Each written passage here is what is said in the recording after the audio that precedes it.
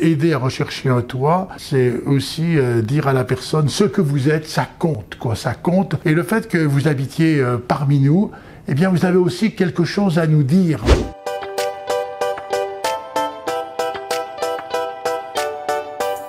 Tout le récit d'Habiter à Malice, c'est un récit de rencontre. Première rencontre, alors que je suis promoteur immobilier, je rachète un vieil immeuble en centre-ville. L'immeuble est vétuste, il fait même l'objet d'un arrêté de péril. Et il y a des populations en grande fragilité par l'âge, par le manque de ressources. Le travail que je fais avec ces personnes, c'est de voir comment je vais pouvoir les reloger naturellement. Il y a un lien qui s'établit avec une personne handicapée, qui vivait donc dans un espace qui était absolument un peu sordide, pas de confort, etc., les toilettes sur le palier pour cette femme handicapée. Je lui trouve un logement de qualité, en tout cas par rapport en fait à son handicap, c'est-à-dire qu'elle l'accepte, et puis finalement, elle va faire une tentative de suicide.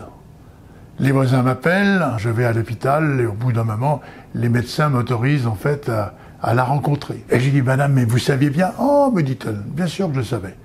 Mais ce que vous ne saviez pas, c'est que finalement, ou vous ne vouliez pas savoir, c'est que mes relations, ils sont ici dans ce quartier. Et finalement, vivre, c'est entrer en relation, c'est poursuivre des relations. S'il n'y a plus rien, à quoi bon vivre? Elle n'avait pas lu Bachelard, mais elle avait bien compris cette philosophie de la vie, que c'est au cœur des relations que finalement on grandit en humanité.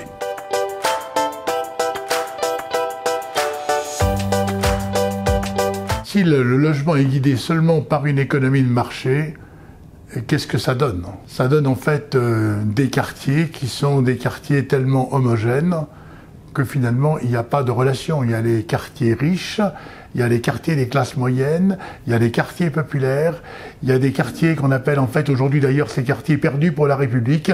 Il y a ces quartiers qui sont des lieux du ban, qui sont en fait finalement en situation où la personne s'est dit, mais cette société, elle ne sera jamais la mienne. On voit ces jeunes qui sont dans ces quartiers, en fait, qui sont pas plus sots que les autres, bien évidemment, mais qui sont dans des situations, en fait, qui les conduisent à ne pas pouvoir trouver de travail. Donc il y a une forme de très grande injustice. Et je pense alors là que nous sommes véritablement au cœur d'une dimension spirituelle. Vous savez, c'est le livre de l'Exode, au chapitre 7, qui dit, au verset 5, « Mais j'ai entendu le cri de mon peuple. » Ce cri, il faut l'entendre. C'est un cri qui est finalement un cri de justice, de dire, mais on va donc rester ainsi, toujours dans une situation à partir de laquelle on ne trouvera pas de place.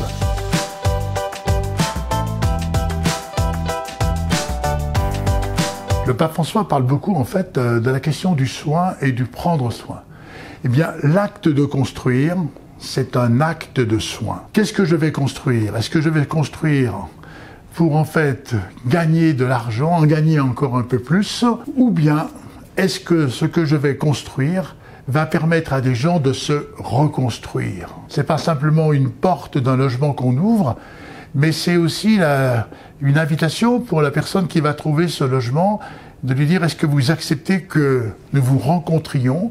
C'est aussi pour la personne qui accompagne, d'être pas simplement être l'accompagnateur, mais aussi qui consent à se laisser accompagner par l'autre. Magnifique ce mot. Il est un autre.